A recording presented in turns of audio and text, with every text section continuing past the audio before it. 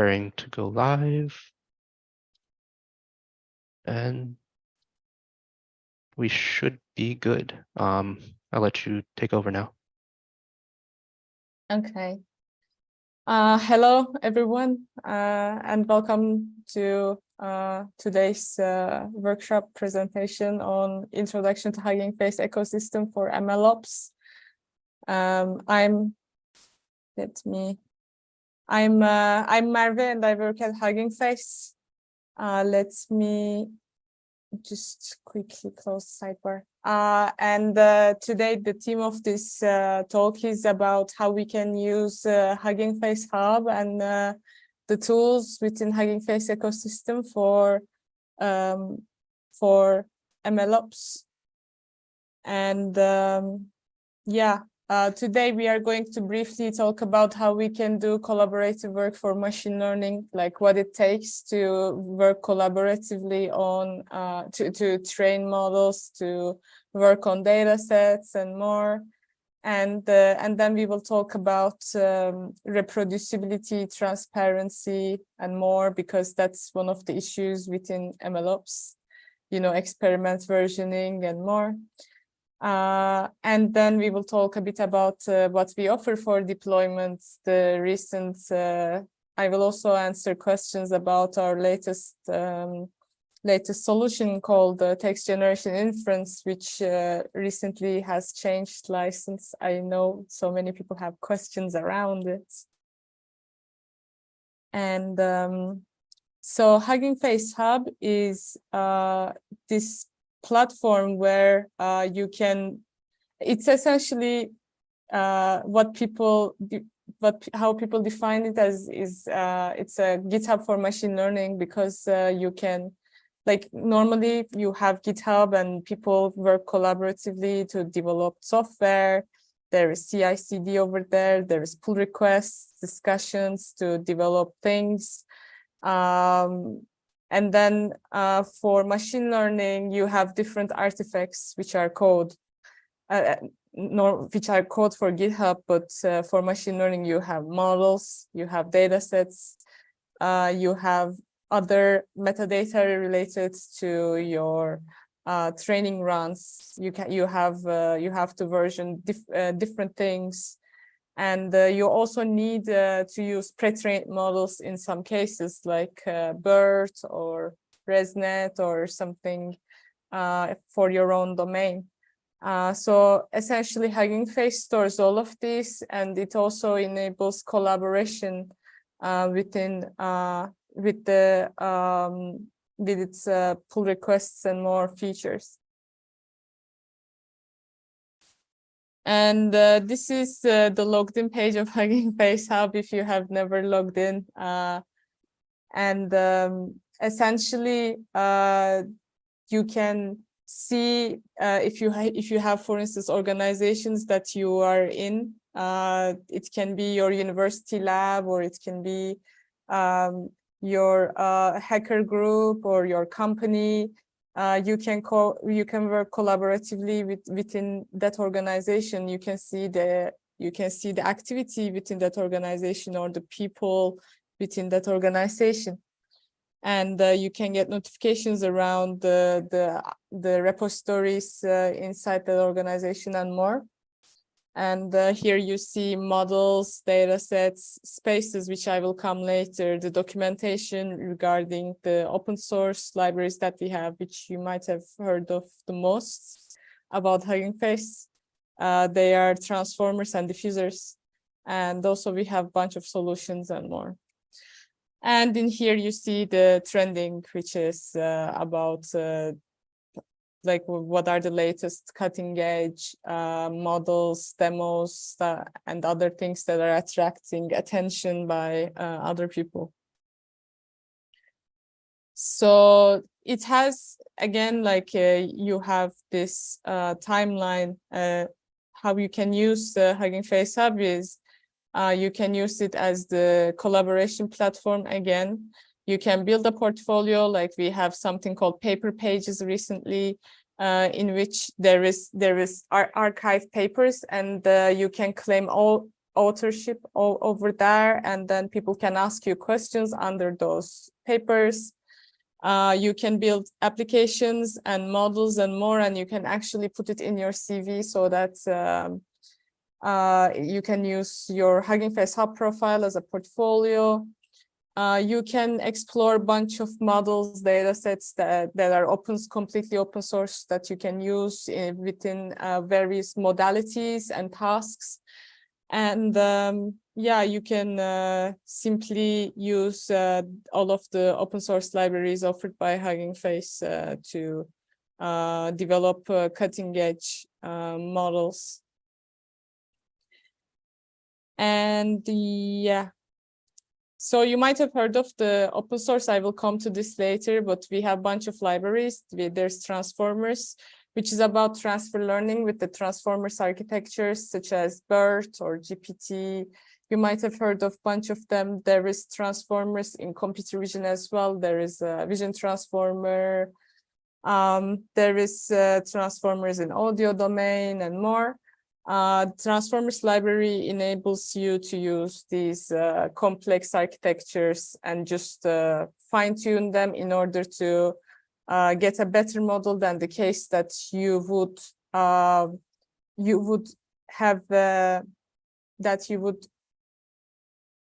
a better solution than the case where you would train from scratch, essentially. And then there is diffusers, which is about these diffusion models that recently came up, like stable diffusion. And you can also either fine-tune it or use it to do in-painting, out-painting, and more. There is safe tensors, which is this better serialization technique compared to the case where you would serialize with Pickle, which also includes, when you are serializing PyTorch models, for instance, there is also Pickle inside, or when you're serializing TensorFlow models, there's always a custom code inside, but with safe tensors, it's the safest way to serialize your deep learning models. And this is a library developed for that. There is Hub Python library, which is used to manage repositories, which I will come later on Hugging Face Hub. And there is a bunch of other libraries. So coming to the MLOps part, firstly, let's begin with the model repositories. So essentially, as I said, when it comes to MLOps, you are storing not code and collaborating over not code, but models. And for this, you need optimized infrastructure. You need other people to access your model weights and so on, and version your experiments. Like, for instance, you need to you need to have a configuration of your model's backbone and everything. You need to have hyperparameters in which you have done the fine-tuning, or if you have trained from scratch, you need to have the hyperparameters. You need to have the metrics so that other people can see your experiments, see your model, so that they can reliably use it. It's another case with the safe tensors that when you are seeing a model on internet, for instance, if you have seen like a model being released that is a, I don't know, PyTorch model, for instance, serialized as a binary, you shouldn't actually download and deserialize it, because it can execute arbitrary code on your computer. So everything within Hugging Face ecosystem actually enables you to see these models that are openly released, being safe to use and being completely transparent. So you know about the metrics, you know about the hyperparameters and everything, so that you can reproduce the experiment on your local computer, and also use the model off the shelf reliably. Because like when you see the weights online, you might not know if it's going to work as good as what the paper says that it works like. So essentially the model repositories enable you to do that. There is bunch of model repositories in various modalities and various tasks. And they also are, they also contain the, for instance, the code that is automatically generated inside the repositories, where it tells you how to download and use these models so that it's easy for everyone, every developer to actually use them. So for instance, this is a model repository, and there is this part, I hope you can see my cursor. There is this part that is a model card. There is a hosted inference API. So what this is that it's a widget where in the backend, there is a Docker container that contains the model being up and running, and there is an endpoint that when you type this in, it sends a request and then gets it back, gets the response, and then you can immediately try the model right away, you know, what it does, how it works, if it works good or not, and so on. And there is a bunch of things that are maps, like for instance, there is, you can map the data sets repository, which I will come later on. Data set used to train this model. And then below that, there is the spaces, which are applications built on top of that model. And in here, you can see the metadata, which I will again come later on. Metadata about the model. This can contain the task that this model is solving, the library. This model weights are available in, like for instance, this is available for Core ML. This has PyTorch weights. And this is the data sets, the language of the data sets, and more. And then it's also compatible with text generation inference, like you can use it with text generation inference. It also has the paper that contains the research that resulted in this model. And then it contains the license, which is complete open source Apache 2.0.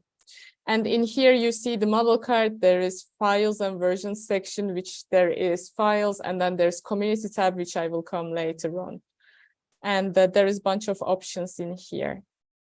And in this community tab, you can see that there is pull requests and discussions. So what these are, you can open an so-called issue that you see on GitHub, for instance. It's in Hugging Face, it's called discussions. And you can open a discussion about this model, like if you would like to ask a question to other people using this model, or if you'd like to ask a question to the model repository owners, you can do that from here. And also you can open a pull request to this model, and this pull request can be fixing something in the configuration file or adding new weights. Like for instance, if this model has only PyTorch weights, and if you would like to do the community a favor and convert it to TensorFlow and put it to this repository, you can open a pull request. So it's just the same as coding, but given we have different artifacts now, such as models, it just goes a bit different. Or you can even fix the preprocessor if there's a problem with that. And then we have data sets, and data sets are essentially the repositories that contain data sets. And for instance, this is the OpenOrca data set, which recently was released. It's a data set for text generation. And inside the dataset, you can repository, you can see a widget containing the dataset, and it also has pagination. Like you can see every single element of this dataset if you would like to, without necessarily downloading the dataset. But if you would like to download it, you can do that. Also, like there is so many features with both the datasets open source library and the dataset server, which is the backend of this, that enables you to, for instance, stream a given dataset instead of completely downloading a whole dataset. There is a bunch of features that that help you work efficiently with a data set within Hugging Face ecosystem.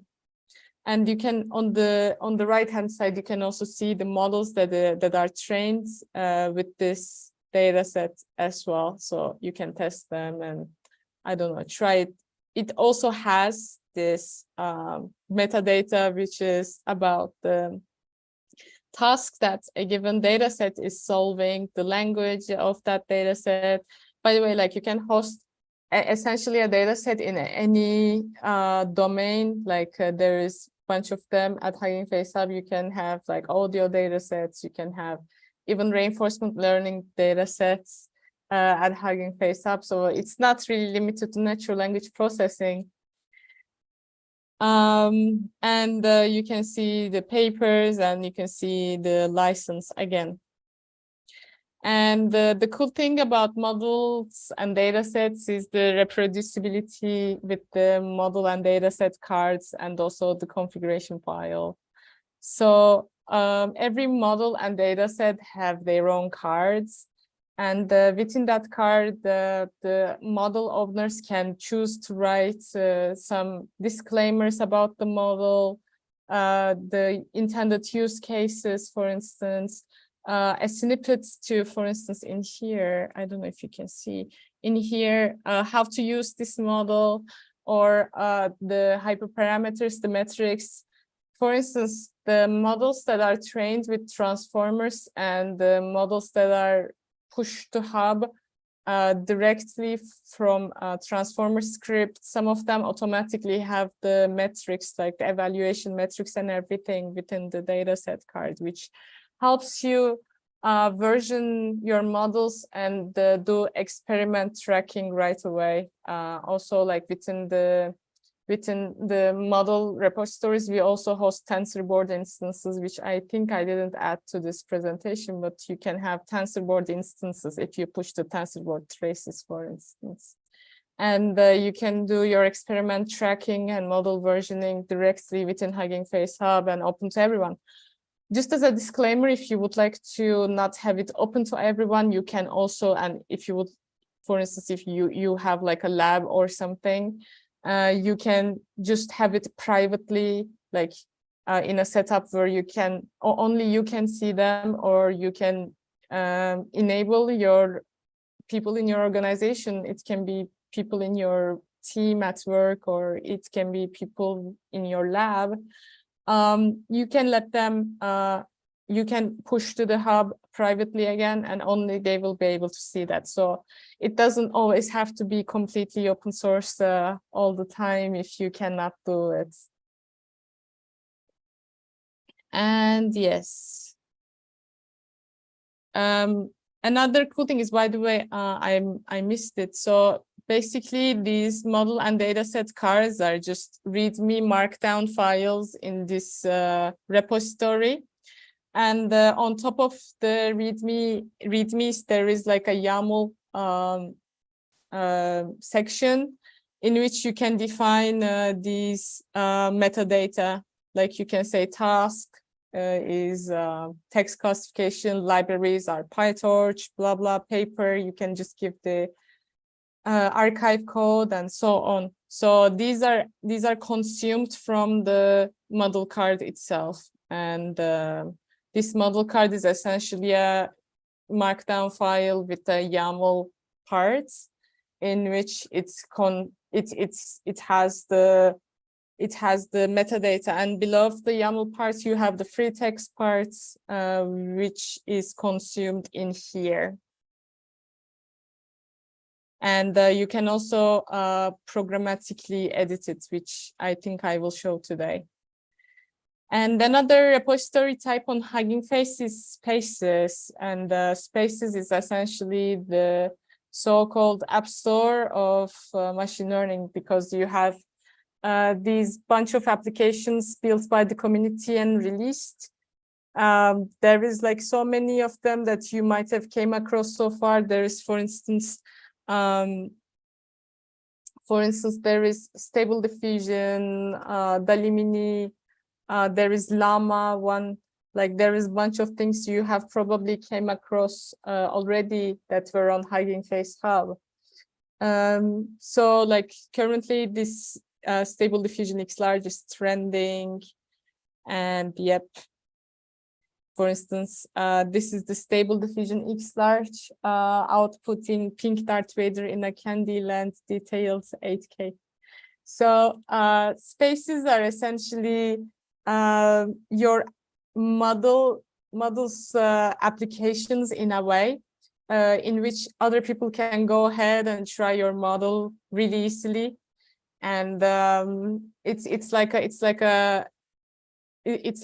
you have an application that is up and running for everyone to try, and it also has like a file section in which there is your files and versions, and then there is also pull requests and discussions again. Like it has a community section in the space itself, and it has, so how it works is that you create a new space, and you give the space name, you give the license, and you can pick one of these. So to build the front end for your application, you can use either Streamlit or Gradio.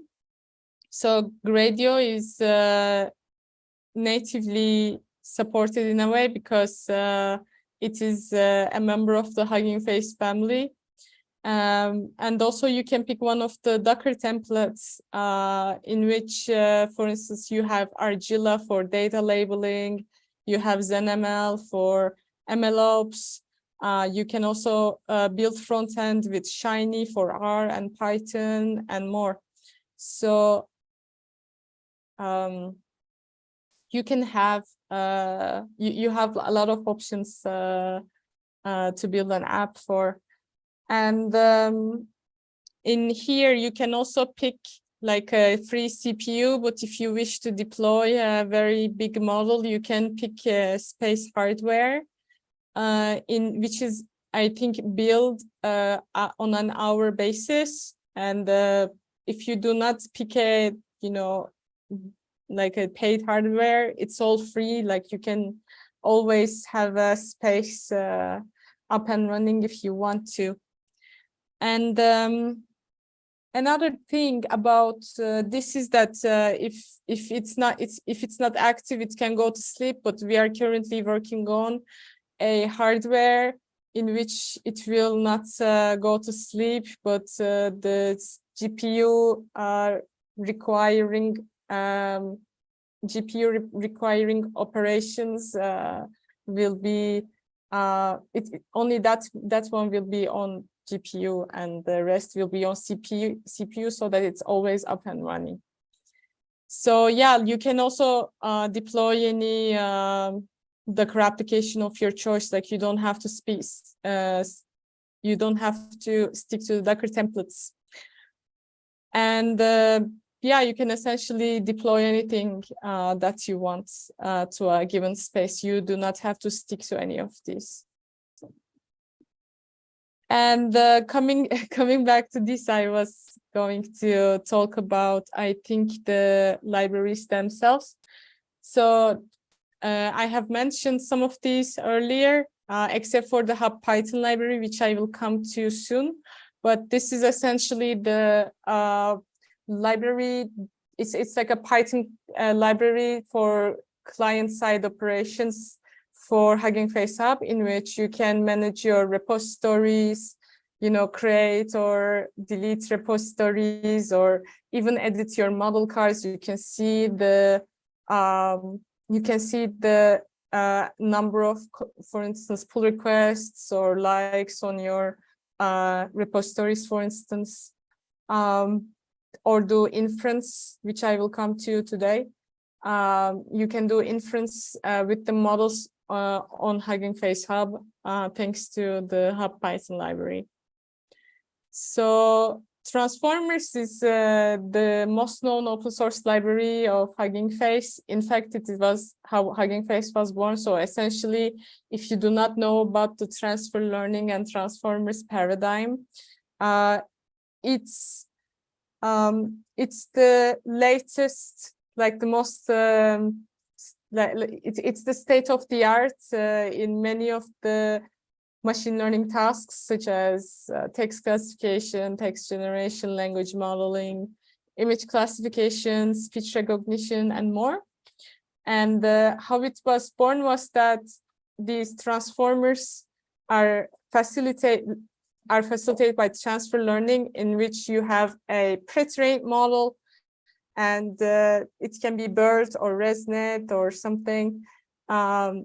You have your pre-trained model, and you would like to adjust some of the parameters of this pre-trained model for your own data set, and do very little amount of training on this, so that it's both data efficient. You do not have as much data as the case where you would train from scratch. You do not need as much compute as the case you would need when you are training from scratch. You would just train like 5 epochs or something, and then your model would be performing even better, because you are already using this information from a very big model. And because of this, there is a need for a place to store these pre-trained models and the data sets and the fine-tuned versions of these pre-trained models, in which you are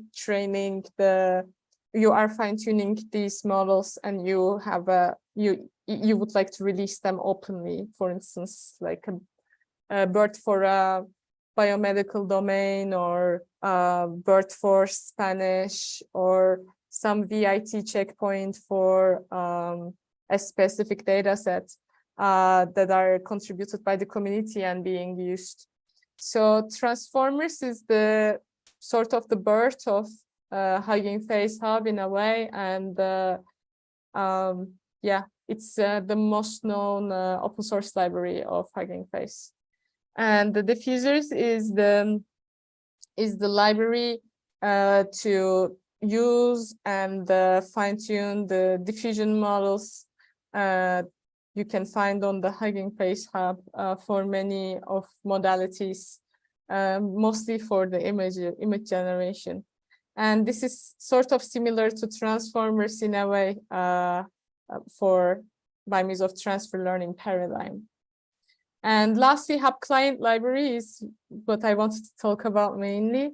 So Hub Client Library is the library to push your repositories to Hub, and pull models from Hub, and manage the repositories on Hugging Face Hub. You can also manage model cards that I talked about earlier. You can get information, metadata around the repositories and more. There is many things you can do with the Hub Client Library. And the cool thing is, like transformers and diffusers and other libraries of Hugging Face already use Hub Python library to push the models after the training of these transformer or diffusers models. So essentially, if you want to facilitate a setup where you are training models and you have, for instance, TensorBoard logs of them, you have the model cards, you have like the metrics and the hyperparameters being versioned and everything. You can do that with Hugging Face Hub Python library very easily. Like you just need to create a repository, write a README file containing the metrics and everything, add the README file and the model weights and the TensorBoard logs, for instance, to the repository, and push repository to Hub. And you can just pull whenever you want, or your teammates can see these repositories, and it's very lightweight. So another thing is that I wanted to talk about today was deployments of these the deployment solutions that we offer. And I will also answer questions about the text generation inference library. So the first one is text generation inference. It's it's a toolkit essentially. It's like it's more like a solution to, like, this was essentially built to power our own solutions, and then it was later released open source. It also powers the AWS's deep learning containers for LLMs, for instance. So the license change actually addresses that. Like, if you have a solution, like if you would like to use text generation inference, you can do that. It's still open source. But if you would like to wrap it, like if you are a cloud provider and if you would like to wrap the text generation inference and resell that as a solution, this is where the license comes in. But if you have a product, for instance, that you are using text generation inference in, and it's not the main thing in your product, you are likely, you can likely use it, you can feel free to use it as you wish. So it's essentially built to do, like, to tackle the challenges of serving large language models. There is a bunch of things like batching, tensor parallelism. Like, there's so many features within this library. Currently, I'm writing the documentation for this library. And it also does quantization with GPTQ and bits and bytes if you want to do that. And yeah, there is, it also uses safe tensors, for instance, under the hood. It converts, if there is only PyTorch models, it converts the PyTorch models to safe tensors format so that you know what you are pulling and serving. And it supports generation, and it supports generation with streaming, which is this, like, when you enter a chat interface, you see the words coming instead of a single big chunk of text coming. That's streaming. It supports streaming and more, and it works very well. You can serve many models. It supports the recent improvements, like rotary embedding scaling, or flash attention and more. But it also depends on your hardware type. If you would like to use them, like, you can only use them, as far as I know, in 800. And yeah, like, it's like a big toolkit to serve large language models, essentially. And inference endpoints is built on text generation inference. It's a solution where you can just deploy these language models, or any of the modalities or any of the tasks modeled from any tasks. With only a few clicks, it just creates an endpoint for you, so that you can send requests. And the thing about inference endpoints is that it's like, it is super easy to use.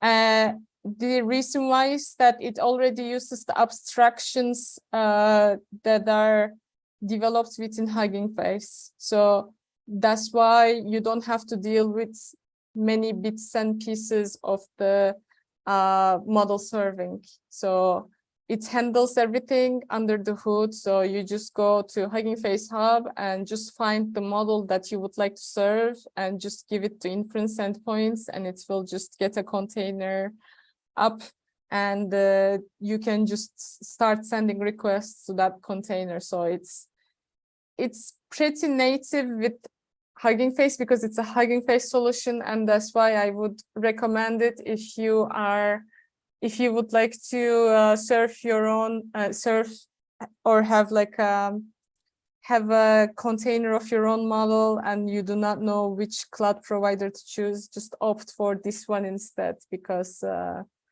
it also has the, any of the hardwares that you would like to pick from the cloud providers anyway, and it just works natively with Hugging Face Hub. So yeah.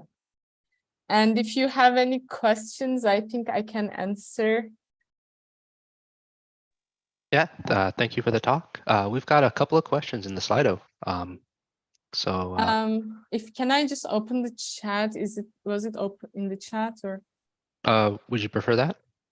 I don't mind. Okay, let's go ahead and do that then.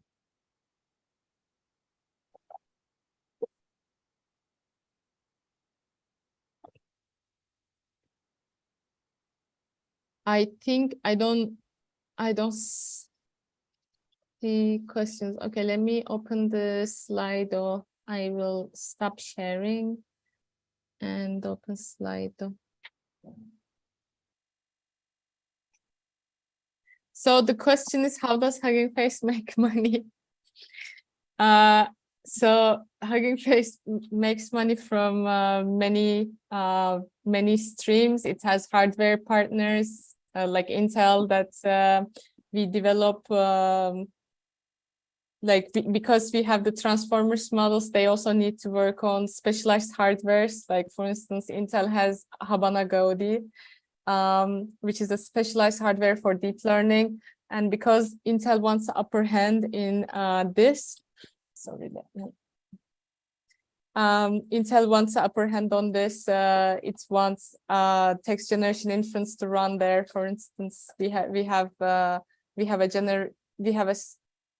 revenue stream from hardware partners, cloud partners. We are partnering with AWS and Azure, so we do that, and we also get we have like consultation and inference endpoints, like many solutions, auto train. We have a bunch of solutions that we make money from. It's the most asked questions actually, so I'm not really surprised that it was asked. So, are there recommended best practices for turning your dataset into a Hugging Face friendly file format? I mean, if you have a data from database, you can. I think within the datasets open source library, which enables you to use the Hugging Face datasets and also pre-process them and more. There is a bunch of ways to consume one data set from one source. Like it can be an Excel sheet, it can be a database data, it can be, I don't know, a pandas data frame. Like there is a bunch of ways to do that. So I would suggest you to check out the datasets documentation for that. And thank you for explaining the Hugging Face UI. Can you provide us or point us to walkthrough of sample use case from model development to production? There is a bunch of blog posts, actually. I have like a couple of colleagues that release many blog posts around deploying your model to production. There is a lot of blog posts around, for instance, deploying Llama version 2 recently, because it's the latest model. There is blog posts around deploying Stable Diffusion and more. I would suggest you to check out the Hugging Face blog. Does Hugging Face play nicely with Amazon SageMaker, or are they separate tool systems for different use cases? Hugging Face is indeed a partner of AWS, and I think there is easy ways to get Hugging Face models and more to use within SageMaker. In fact, I have given a workshop around it. If you just go to YouTube, I think it's still there. It works both with SageMaker, and also like there's so many containers around model serving recently, because this is the trend topic. Yeah, like you just need to find them. Is there any existing way to monetize Hugging Face models for an individual hosting their models on the hub? I don't think so, like, because the weights are open over there. In fact, it's the Hugging Face that is like burning things in order to host these models. So we are not directly getting any monetization from models hosting on models that are being hosted on Hugging Face Hub. So it's not like ads revenue or anything. It's a platform to version things, like just think of them as GitHub. Maybe one day we can offer people to sponsor other people, like GitHub sponsoring, but other than that, currently nope. But there are so many people that get many job offers because they released some models. What are your thoughts on multimodality? I think I was predicting that this year would be the year of multimodality and not large language models, but I think I either failed or the next biggest thing is yet to come. Let's see. I really Great. like it. I think it's better. Can we ask a follow-up question on that? So you said it's like the year of multimodality. So what are some of the use cases that you are seeing people using multimodality for? I think biggest use case I saw was around the Google's, I think it was Lambda or MOM, where they were demonstrating search with the, like you can enter a image which contains your boots or shoes, and you can say, hey, I'm going to a vacation in this place. Should I take these boots? And it answers the question. And I think it was the coolest thing that I saw around multimodality. And also, like, when you consider text-to-image models, they are also multimodality, and currently, like, they are catching up with the closed source models, like Stable Diffusion X-Large is so good in generating stuff. I think that's the coolest use case, I would say. And maybe image to text, because like captioning and stuff are helping, for instance, visually impaired people.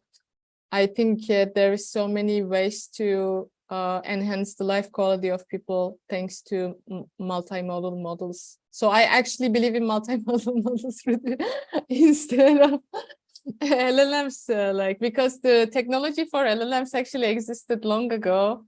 Like when you consider GPT-2 paper, I feel like when GPT-3 came, it was just a scaled up version of the GPT-2 when you consider that. And then there was RLHF coming up, and you would have more realistically sounding thing, but it's actually a way to fine-tune the model, an expensive way to fine-tune the model. So I would say I'm more impressed with the multimodal models compared to LLMs. I would say that. It's even better if you can combine a very big model with maybe a text encoder or something, and then have like I don't know, like a generative model, or like a model that can understand both text and image and then generates coherent text. That's even better, I think. Yeah, I think that's pretty cool. So should we go on to the next question? I would love to follow up on multimodality. Yeah. What is the most frequently asked feature that Hugging Face hasn't been able to add yet? There is so many of them. I'm not sure about it. Like recently, like it actually depends if it's about libraries, because the ecosystem is quite big. Like I would say 90% of it is open source models, and then you have like this 10% in which there is Hugging Face Hub and the inference solutions and more. So it's actually, that would be nice if you could specify it a bit. What percentage of your work is LLM today? I am currently working on the text generation inference library, which I have to work on, you know, the testing the library on different hardware, documenting it and more. So these days it's like 100%, but I wouldn't say that I'm developing any LLMs as of now. But there is a team on Hugging Face that I think is doing that. So, but I'm not part of them. I mostly do open source. Does Hugging Face plan to build its vector database similar to inference for endpoints and accelerate for training? I don't think so. I don't think we have such plan. We have, I think Pinecone does vector database, and they are using, for instance, Hugging Face. Like most of the vector databases does enable you to use the models on Hugging Face, because some of them need embeddings, and there is so many embeddings hosted on Hugging Face. It's called the feature extraction pipeline, and yeah, like you can use Hugging Face models within those libraries or whatnot, but Hugging Face, I don't think will likely develop its own vector database. What surprised you about Hugging Face when you first joined was the culture, because it's a very decentralized async culture. There's people from everywhere, and because of this, there is absolutely no meetings, which is something that I really like. You just everyone works as independent contributor in a way. Like some of the teams, like few of the teams don't work as that, but open source team works as independent contributor, which I really like, because you can then focus on your work as you wish. And there are so many talented people that I look up to in the company. So I wouldn't say it shocked me, because the company already is very cool when you look from the outside, but it amazes me like what people build in a very short term. Do you think open source LLMs will be more powerful than closed corporate-based LLMs like ChatGPT or Anthropic? I honestly, like when it comes to LLMs, I have zero idea what's going on. So I am not sure about it. And it also depends on your definition of open source, because most of the LLMs aren't actually open source. I would consider the term open access. There is, for instance, Falcon, that is Apache 2.0, that is completely open sourced. There is MPT and a couple of others that are completely open source. But I think, for instance, Llama can be considered open source, but it's actually open access. It's not open source if you have a platform with 700 million active users or something like that. So it depends, and I have like zero prediction around it. I don't know, because anything can happen, like yeah. What has been the response to the recent license change? There was a lot of panic around it, because people think, oh my God, Hugging Face is known for open source. Are they going to also change the license of transformers or datasets or diffusers, which are the popular libraries? There was this panic, and then there was the perception that Hugging Face is shifting to closed source. But these aren't the case, because it was never Hugging Face's plan to make text generation inference a completely open source library like transformers, but it was rather a solution that was built to power, for instance, Hugging Chat or inference endpoints or AWS's deep learning containers. It wasn't the case anyway. And also if you, unless you're a cloud provider, you can still use it, but I wouldn't say that it's open source because it doesn't have the Apache 2.0 license. But you can just stay you can be confident that transformers or diffusers license will never change. It will be okay. What is the popular feature or service for ML developers must know about Hugging Face besides models and data sets? I think it's spaces, which I have just explained. Will Hugging Face add XLA TPU backend to spaces?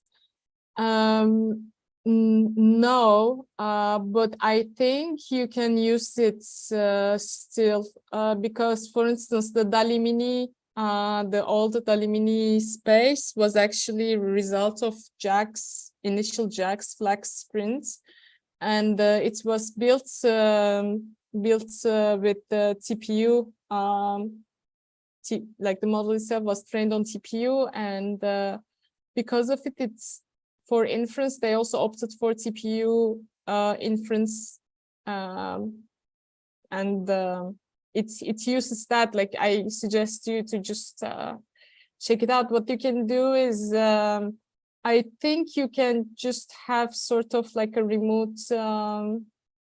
Like you can have a remote server for inference of your model that is backed by XLA and TPU, and then you can do the inference in the remote server and not through Hugging Face space currently. But this can change one day, where you can just select TPU for hardware. What else? What space needed to fine-tune foundation models on new tasks instead of just new data? Will Llama be the new BERT? Good question. So there's currently a library called Parameter Efficient Fine-Tuning, PEFT. And the parameter efficient fine-tuning essentially helps you adjust only like the small portion of the parameters like you would do with regular fine-tuning. But given these models are very big, it has different adjustments. I'm not like 100% sure. I just tried the PEFT library itself, but I do not have the expertise for the deep details of it. But you can indeed do that. And how you can do is, for instance, you have like an instruction data set around the specific use case or specific domain or something like that. You can use Llama and like you can use PEFT to fine-tune Llama on that data set, so that you give that model that specific capability, I would say. What changes around it is that, like, for instance, for BERT, like how BERT works is that you have this model, pre-trained model, and then you have the task specific head, which can be for instance, token classification, text classification, question answering, and that last layer changes according to your task, right? PEFT supports a bunch of different tasks as of now already. So I would say you can experiment with Llama, like maybe the model weights and so on. I have never tried it, but I would just suggest to experiment. I only experimented around the instruction fine-tuning with the large language models using PEFT. I know that you can just fine-tune it on an instruction data set, but I didn't experiment much. I think it's a good question. I might try it sometime. So it's just about time. Okay. We do have a lot more questions left, and I've got some time right now. If people want to stick around and continue answering questions or you want to stick around, keep answering questions, but we'll stop the live stream, and Okay. everyone should be able to unmute and ask questions. Okay. So I please can continue. I can answer